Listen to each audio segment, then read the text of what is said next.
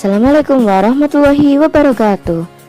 Halo semuanya, bertemu lagi bersama saya Bu Nina dalam video pembelajaran tema.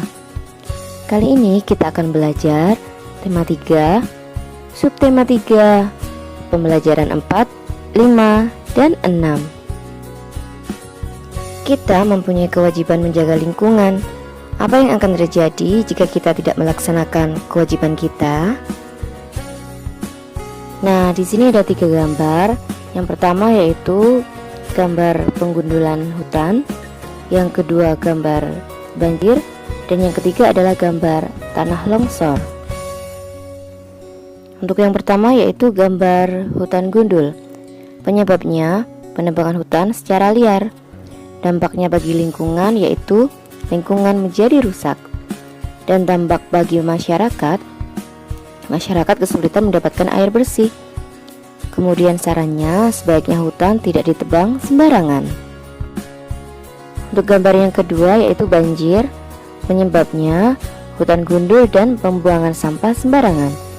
Dampak bagi lingkungan, banjir dan merusak lingkungan. Dampak bagi masyarakat kehilangan harta benda. Dan sarannya yaitu sebaiknya tidak menebang pohon sembarangan dan membuang sampah pada tempatnya. Untuk gambar selanjutnya yaitu tanah longsor. Penyebabnya hutan yang gundul. Dampak bagi lingkungan menjadi rusak. Dampak bagi masyarakat, adanya masyarakat yang menjadi korban. Dan sarannya yaitu sebaiknya melakukan reboisasi dan tidak menebang pohon sembarangan.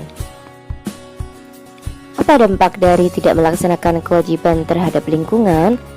Dampaknya yaitu dapat merusak lingkungan. Kurangnya kesadaran masyarakat untuk menjaga lingkungan akan berdampak pada dapat merugikan masyarakat sekitar dan merusak lingkungan. Dan sekarang kita akan menuju ke halaman 117. Hal-hal yang sudah baik yang dilakukan masyarakat adalah membuang sampah pada tempatnya, melakukan reboisasi.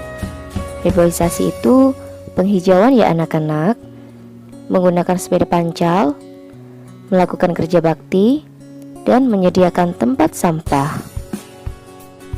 Sementara hal-hal yang belum baik yang dilakukan masyarakat adalah membuang sampah sembarangan, menebang pohon secara liar, terlalu sering menggunakan kendaraan bermesin.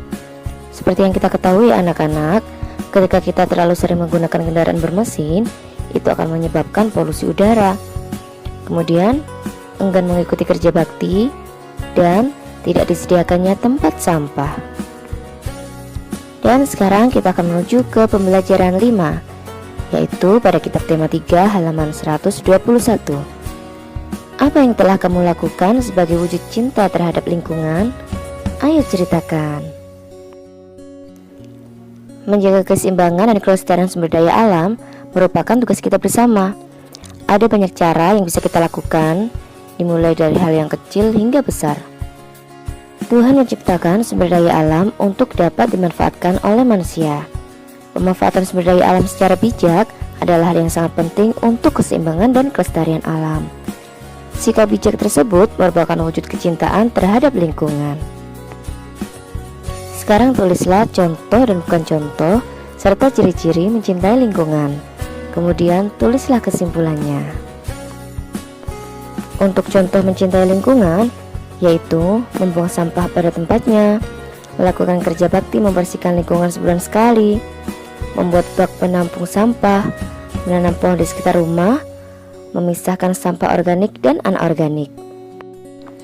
Lalu untuk yang bukan contoh mencintai lingkungan yaitu membuang sampah di sungai, enggan membersihkan lingkungan, belum menanam pohon di sekitar rumah, membuang sampah sembarangan, dan tidak peduli kebersihan lingkungan.